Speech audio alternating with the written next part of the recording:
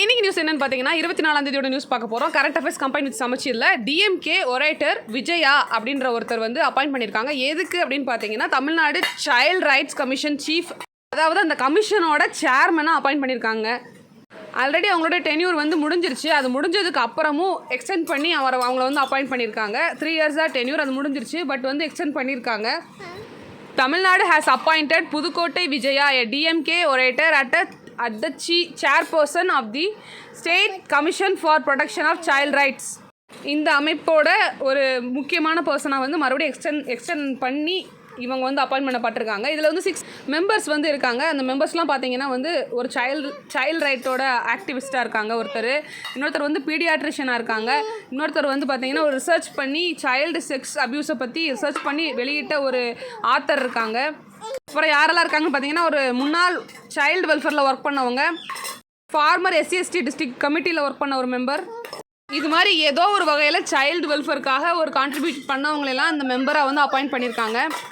இந்த state commission வந்து ஒரு ஆக்ட் மூலமாக வந்துச்சு. அந்த ஆக்ட் பேர் என்னன்னு பார்த்தீங்கன்னா commission for protection of child rights act 2005 வந்து வந்திருக்கு. அது மூலமாக வந்து இந்த SCPCR வந்து டாஸ்காக வந்து எடுத்திருக்காங்க. லாவாக இருக்கட்டும், கவர்மெண்ட்டோட பாலிசிஸை வந்து ரிவ்யூ பண்ணுறது, அப்புறம் வந்து ரெக்கமெண்ட் பண்ணுறது, இந்த மாதிரி விஷயங்கள்லாம் செஞ்சாங்கன்னா இந்த மாதிரி ஒரு நல்ல ஒரு பிரதிபலிப்பு இருக்கும் சொசைட்டியில் அப்படின்னு சொல்கிறதுக்கு சைல்ட் லைஃப் சார்ந்து இருக்கிறதெல்லாம் பண்ணியிருக்காங்க. அப்புறம் மிக முக்கியமாக 4 லாஸ் வந்து கொண்டு வந்திருப்பாங்க. ஒன்று வந்து போக்சோ சட்டம், right to education act, juvenile justice ஆக்ட்னு சொல்லுவாங்க, அப்புறம் prohibition of child marriage act. இந்த 4மே வந்து கொண்டு வந்திருப்பாங்க. குரூப் 1 கொஸ்டினில் கூட இந்த மாதிரி போக்சோ சட்டமாக இருக்கட்டும், சைல்டு ரைட்ஸை பற்றி நிறையா கொஸ்டின்ஸ் வந்துருச்சு.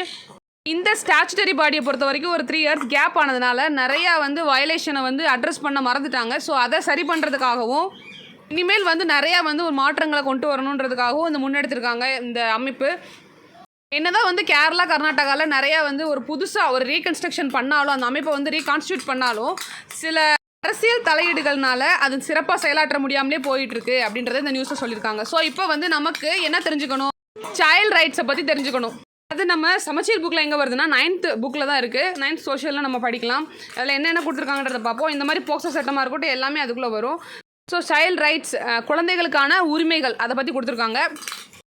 அப்பார்ட் ஃப்ரம் ஃபண்டமெண்டல் ரைட்ஸை தவிர நமக்கு வந்து நிறைய கான்ஸ்டியூஷன் வந்து ரைட்ஸ் கொடுக்குது. அது என்னென்னன்றது இதில் விவரித்து சொல்லியிருப்பாங்க. இப்போ வந்து ஒரு சைல்டு வந்து மைனர் அப்படின்றத எதை சொல்கிறாங்கன்னா ஒரு ஏஜ் 18க்கு கீழே இருக்கிறவங்கள மைனர்னு வந்து சொல்லப்படுது. as per UNA படி தான் சொல்கிறாங்க. The principal is exhibiting in article 25 படி அதை கொண்டு வர்றாங்க. இந்த கொள்கை வந்து 1989 நவம்பர் 20 அன்னைக்கு declaration of the child rights அப்படின்னு அடாப்ட் பண்ணப்பட்டது.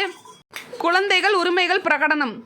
இந்த கொள்கையில் என்னெல்லாம் இருக்குன்னா என்னெல்லாம் மென்ஷன் பண்ணியிருக்காங்கன்னு பார்த்தீங்கன்னா ரைட் டு லைஃப், வாழ்வதற்கான உரிமை, ரைட் டு ஃபேமிலி என்வாயன்மெண்ட், குடும்ப சூழலுக்கான உரிமை, ரைட் டு எஜுகேஷன், கல்விக்கான உரிமை, right to benefit from social security, சமூக பாதுகாப்பு உரிமை, ரைட் அகெயின்ஸ்ட் செக்ஷுவல் எக்ஸ்ப்ளாய்டேஷன், பாலியல் தொல்லைகளுக்கு எதிரான உரிமை, right against sales or trafficking, விற்பது அல்லது கடத்துதலுக்கு எதிரான உரிமை, right against other form of the exploitation like child labour, குழந்தை உழைப்பு முறை போன்ற மற்ற சுரண்டலுக்கு எதிரான உரிமை.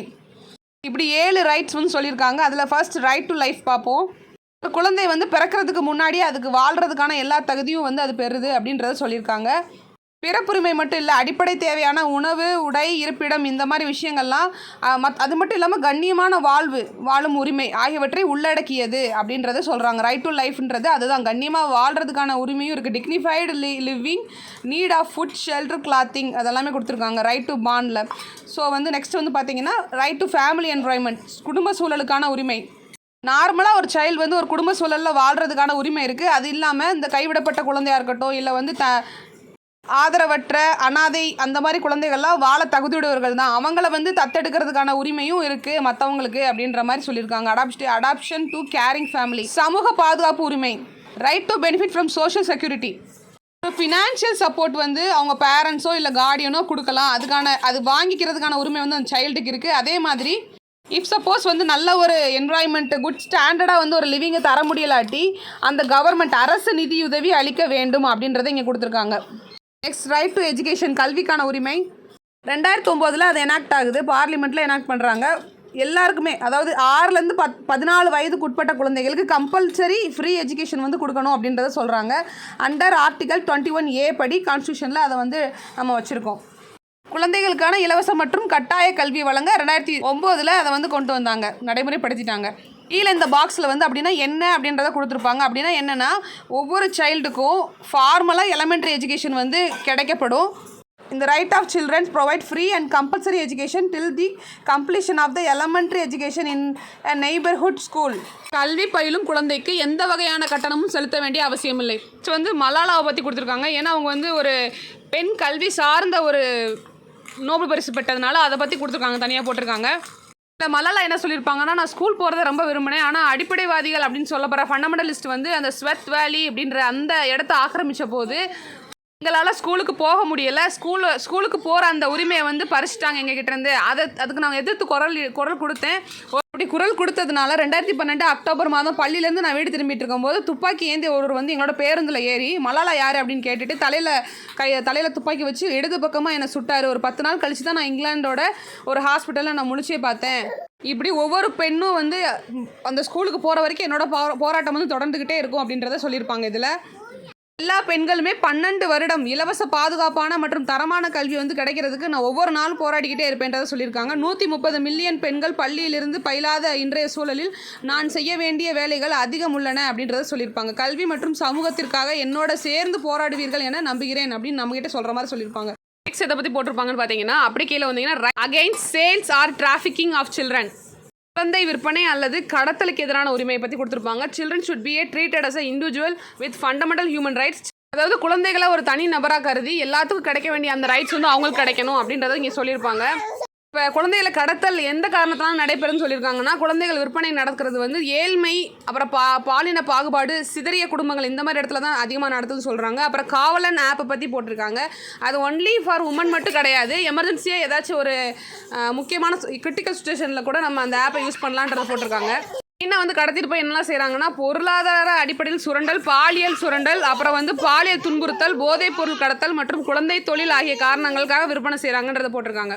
ரைட் அகெயின்ஸ்ட் செக்ஷுவல் எக்ஸ்ப்ளாய்டேஷன், அதில் என்ன போட்டிருக்காங்கன்னா, உடலளவாகவும் மனதளவாகவும் வந்து ஏதாச்சும் பாலியல் துன்புறுத்தல் நடத்தப்பட்டாங்கன்னா ஒரு குழந்தை மேலே அந்த குழந்தையை வந்து பாதுகாக்கிறது அரசோட கடமை அப்படின்றத கொடுத்துருக்கு. அப்புறம் பார்த்தீங்கன்னா போக்சோ ஆக்ட் பற்றி போட்டிருக்காங்க. போக்சோ ஆக்ட் வந்து 2012 வந்தது. Protection of childrens from sexual offence act.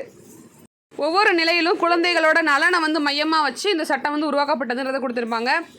இந்த சட்டத்தோட சிறப்பு அம்சங்கள் என்னென்னு கொடுத்துருக்காங்க. அது என்ன கொடுத்துருக்காங்கன்னா, 18 வயசுக்கு கீழே இருக்கிறவங்க எல்லாருமே வந்து குழந்தைகள் அப்படின்னு வரையறை பண்ணி அவங்களுக்கு உடல், மனம், அறிவு மற்றும் சமூக வளர்ச்சியை வந்து உறுதி செய்கிறாங்க. இப்போ வந்து பாலியல் வன்கொடுமையில் வந்து யாரெல்லாம் வந்து இன்க்ளூடடாக இருப்பாங்க, அதாவது தண்டனை வழங்கக்கூடிய நபராக இருப்பாங்கன்னா, வன்கொடுமையில் அதிகாரத்தில் இருப்பவரோ, குடும்ப உறுப்பினரோ, அல்லது அண்டைய வீட்டாரோ, அல்லது அறிமுகம் இல்லாதவரோ ஈடுபட்டிருந்தால் அவங்களுக்கு வந்து தகுந்த தண்டனை வந்து வழங்கப்படும் இந்த சட்டத்தின் மூலம். இந்த வழக்கு பதிவில் வந்து எப்படின்னா, குழந்தை என்ன பதில் சொல்லுதோ அதை அப்படியே பதிவு செய்யணுன்றது ஒரு சட்டமாக இருக்குது. பாதிக்கப்பட்ட குழந்தைய வந்து அடிக்கடி சாட்சிக்கு அழைத்து செல்லக்கூடாதுன்றது கொடுத்துருக்காங்க. இதுவே வந்து 12 வயசுக்கு உட்பட்ட குழந்தை வந்து பாதிக்கப்படும் போது இந்த மரண தண்டனை வழங்குவதோட கடுமையான தண்டனை வந்து வழங்கப்படணும்னு சொல்லி 2018 ஏப்ரல் மாதம் வந்து சட்டம் இயற்றப்பட்டது.